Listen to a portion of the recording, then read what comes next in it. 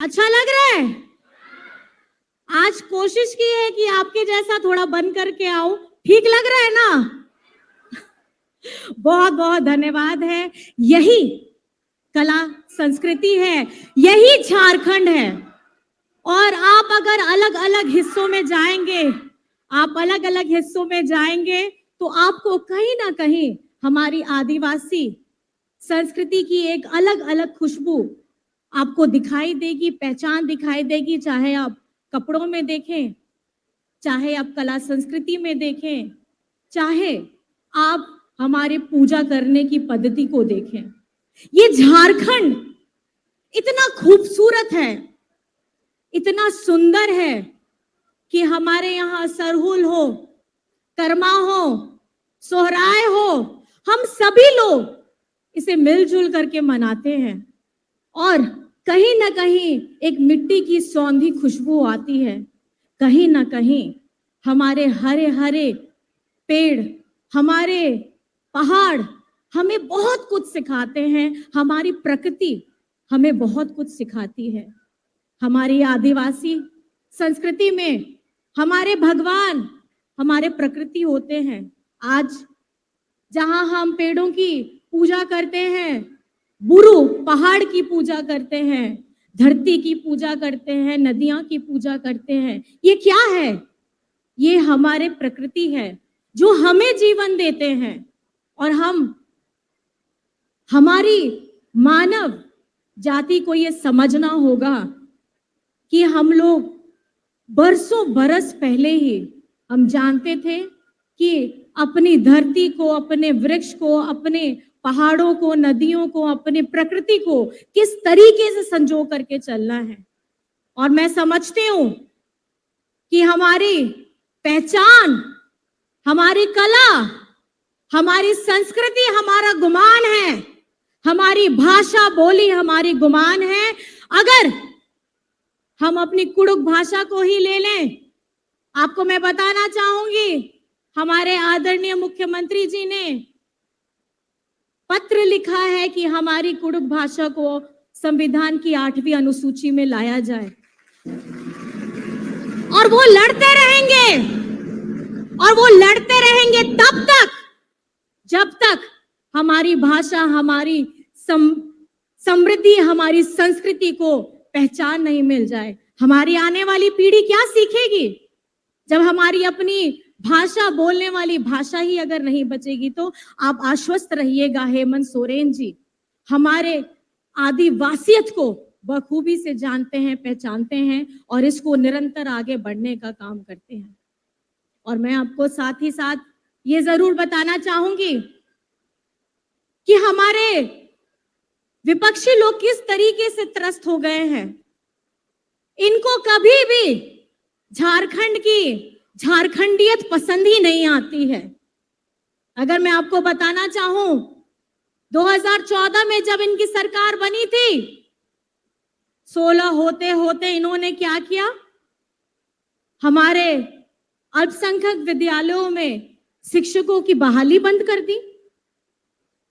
आप जानते हैं, चाहे सिमडेगा हो, गुमला हो, लोहरदगा हो, यहां पर भी हमारे शिक्षा का स्तर जिस तरीके से मजबूत हुआ है, उसमें अल्पसंख्यक विद्यालयों का बहुत बड़ा स्थान है। और कहीं ना कहीं ये हमें तकलीफ देना चाहते हैं, ये चाहते नहीं है कि हम शिक्षित हों। ये लोग बहाली बंद करते हैं, लेकिन जनता के अनुरूप, जनता का मनोभाव जानने के बाद हेमंत सोरेन जी ने वो बहाली शुरू की। वो जानते हैं कि झारखंड को अगर आगे बढ़ाना है तो इनका शिक्षित होना बहुत ज्यादा जरूरी है। और हमारे विद्यालय, हमारे शिक्षक इसमें रहने बहुत ज्यादा जरूरी हैं। आपको मैं बताना चाहूंगी, हमारे विपक्षी के लोग झारखंड में हजारों हजार स्कूल बंद करवाते हैं और आपके दादा, आपके बेटा सीएम स्कूल ऑफ एक्सीलेंस और हमारे बच्चों को पढ़ाने के लिए सावित्रीबाई फुले की योजना से जोड़ने का काम करते हैं। क्या है ये सावित्रीबाई फुले योजना? ये वो योजना है जिससे हमारी बच्चियों को, हमारे बच्चों को उनकी पढ़ाई ना रुके, वे अपना सपना देख करके निरंतर आगे बढ़ते रहे। ये है फूले योजना। और उसके साथ दादा ने आपको बताया, विदेश में अगर किसी बच्चे को पढ़ने का सपना है, ये भी झारखंडी सरकार पूरा कर रही है मरांगोंग के स्कॉलरशिप के तहत। और इसमें आपका एक भी रुपया आपके जेब से नहीं लगेगा। ये है हमारी झारखंडी सरकार, शिक्षा के स्तर पे इतना काम कर रही है। और आप जानते हैं, ये झारखंडी सरकार हमारी अपनी सरकार, ये अबुआ सरकार नियोजन नीति लाती है, सरना धर्म कोड लाती है और पिछड़ों के लिए आरक्षण लाती है। किसके लिए? क्या सरना धर्म कोड हमारा अस्तित्व नहीं है? हमारी पहचान क्या है? हमारी पहचान हमारी संस्कृति है, हमारा अपना सरना धर्म कोड है। तो इसके लिए हम लोगों ने इसे विधानसभा से पारित कराया, और विधानसभा से पारित हम कराते हैं और आगे जाकर के ये लोग रोक देते हैं। इनकी मंशा सबको समझनी होगी, हमारे विपक्षियों की। ये भाजपा वाले नहीं चाहते हैं कि हमारा अस्तित्व बचे, हमारा अपना सरना धर्म कोड हो, ये कभी नहीं चाहते हैं। ये बाहर से आते हैं, जिनको हमारी भाषा, हमारी बोली, हमारी संस्कृति समझ में नहीं आती, वो हमारे लिए क्या नीतियां बनाएंगे। आज झारखंड में ये पहली बार है आपके अपने दादा, अपने बेटा हेमंत सोरेन जी ने आधी आबादी के लिए जो ऐसा गहरा और गाढ़ा लकीर खींचा है, इससे पहले कोई भी मुख्यमंत्री ने ऐसा काम नहीं किया है। ये सम्मान, ये आत्मविश्वास और महिला को सशक्त करने का अगर उन्होंने प्रण लिया है, तो ये निरंतर उसमें आगे बढ़ते रहेंगे। हमारे विपक्षी लोग, उनको कभी नहीं सुहाता है, अपने दिमाग से ये कोई नई नीति बना के नहीं लाते हैं, लेकिन हाँ, हमारी नीतियों में कैसे रोड़ा बनना है, ये काम इन्हें बखूबी आता है। हमारी मैया सम्मान योजना के लिए ये लोग पीआईएल कर दिए हैं। हमारी नियोजन नीति आती है, उसके लिए ये लोग पीआईएल कर देते हैं। हेमंत सोरेन जी लगातार झारखंड के लिए काम कर रहे हैं, तो अलग अलग तरीके से ये लोग पीआईएल करते हैं। मैं आपको बताना चाहूंगी, ये लोग पीआईएल मास्टर गैंग हो गए हैं। ये चाहते नहीं हैं कि हमारा झारखंड अव्वल नंबर पे आए, ये नहीं चाहते हैं। ये चाहते क्या है वो मैं आपको बताती हूं। ये चाहते हैं कि इस झारखंड की धरती के अंदर जितने खजाने हैं, ये खजाने लेंगे और अपने दूसरे राज्यों को चमकाएंगे। लेकिन अगर हेमंत सोरेन जी आपका अपना पैसा, अपना झारखंड का पैसा 1,36,000 करोड़ मांगते हैं, तो इनको तकलीफ हो जाती है। ये पैसा किसका है? ये पैसा आपका है, और जिसके लिए हेमंत सोरेन जी निरंतर अपनी लड़ाई लड़ रहे हैं। वो क्यों कर रहे हैं ऐसा? क्योंकि वो जानते हैं आदरणीय दिशम गुरु जी ने किस तरीके से अपना बचपन हो, अपनी जवानी हो, पूरा का पूरा झारखंड को समर्पित किया है। वे तकलीफ जानते हैं। आज अगर हमारा अपना बकाया पैसा हमें वापस मिल जाता, तो झारखंड आज कहां होता। खनिज संपदा हमारी, सारे खजाने हमारे, और हमारा रॉयल्टी का पैसा नहीं हमको। उसी तरीके से झारखंड के साथ ऐसा व्यवहार होता है, इनके लिए झारखंड खाली भेदभाव करने का एक मापदंड में टॉप नंबर पे आता है, और जब हमें कुछ मिलना हो राशि के तौर पे, तो सबसे निम्न स्तर पे आता है। झारखंड का अपना मनरेगा का कितना पैसा बकाया है, हजारों करोड़ रुपए केंद्र सरकार के पास में बकाया है, लेकिन ये चाहते नहीं है कि हमारे यहाँ की जनता खुशहाल हो। ये नहीं चाहते। ये सुंदर सुंदर पेड़, ये सुंदर सुंदर पहाड़, ये इनको तोड़ना जानते हैं, इसको खराब करना जानते हैं, लेकिन यहां पर मैं झारखंड की आवाम को कैसे खुशहाली मिले इसके बारे में इनके पास में कोई प्लान नहीं है। आज जिस तरीके से हेमंत सरकार निरंतर एक नई नई योजना लाई थी, किसके लिए लाई? आप सभी को पता है, आप लोगों के लिए लाई। बिरसा हरित ग्राम योजना।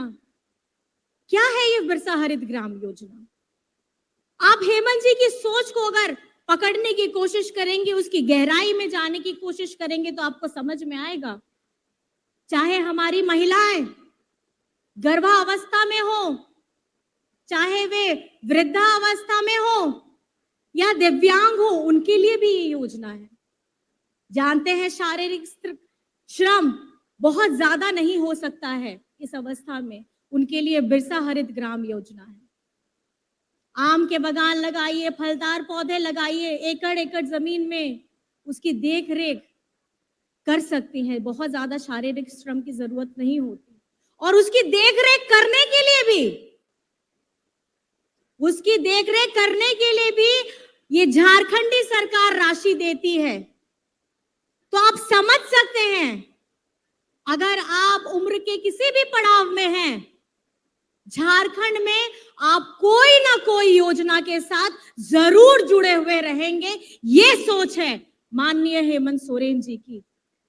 आज आप सभी जान रहे हैं, हम इस यात्रा में निकले हैं। इस यात्रा में हम निरंतर आगे बढ़ रहे हैं, लोगों से मिल रहे हैं और ये जानने का भी प्रयास कर रहे हैं कि झारखंड में जो इतनी सारी योजनाएं चल रही हैं, आप लोगों को पसंद आ रही है कि नहीं। तो मैं इसलिए आप लोगों से पूछना चाह रही हूं कि आप लोगों को झारखंडी योजनाएं पसंद है? आप लोगों को झारखंडी योजनाएं पसंद हैं?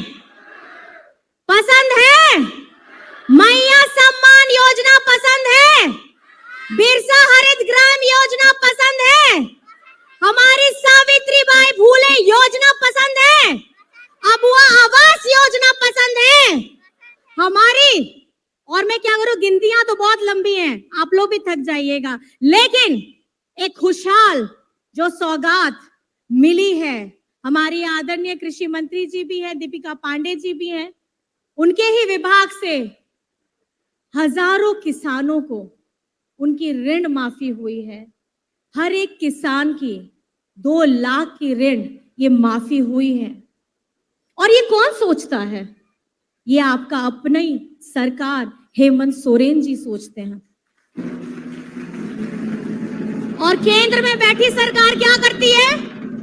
केंद्र में बैठी सरकार करती है कि किसानों पे कैसे गोली दागा जाए, पिछड़ों को कैसे आरक्षण नहीं मिले, कैसे हम लोगों को अपना सरना धर्म कोड नहीं मिले।